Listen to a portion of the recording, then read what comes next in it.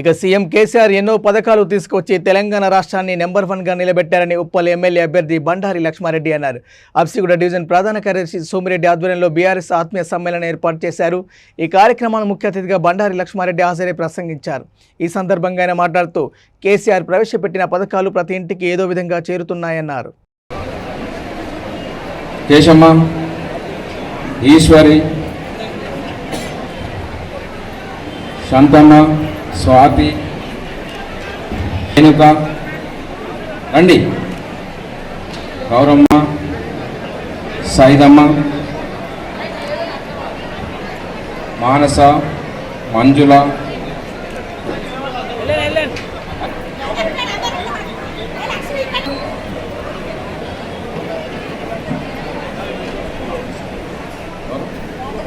నాగరాజు,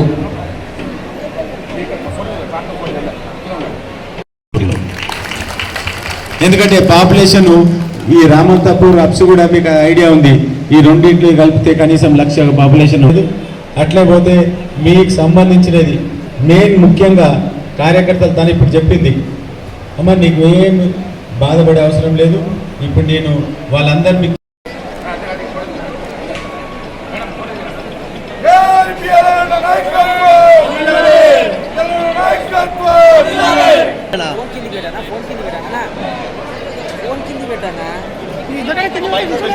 గారికి, అంబటి జగదీష్ గారికి, సల్లా వీరారెడ్డి గారికి గంధనట్లో మనం 60,000కు రీచ్ అయ్యి ఆయనకు ఒక గిఫ్ట్ ఇవ్వాలి మనం.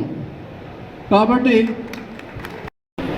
మీటింగ్కి వచ్చిన సోదరిమణులకి, అలాగనే నా తాడూరు శ్రీనివాసన్న గారికి, బీఆర్ఎస్ స్టేట్ సెక్రటరీ గారికి, అట్లే గొల్లు రంజన్న ఎక్స్ కార్పొరేటర్ గారికి, గంధం అట్లే చారీ సాబ్ మన డివిజన్ ప్రెసిడెంట్ గారికి, సోమిరెడ్డి అన్న జనరల్ సెక్రటరీకి, యాదమ్మ మహిళా ప్రెసిడెంట్ గారికి, అప్పు గారికి మహిళా ప్రెసిడెంట్, యాదగిరి సాబ్ ఎక్స్ కౌన్సిలర్ గారికి, అట్లే చల్లా వీరారెడ్డి గారికి కూడా నా నమస్కారం.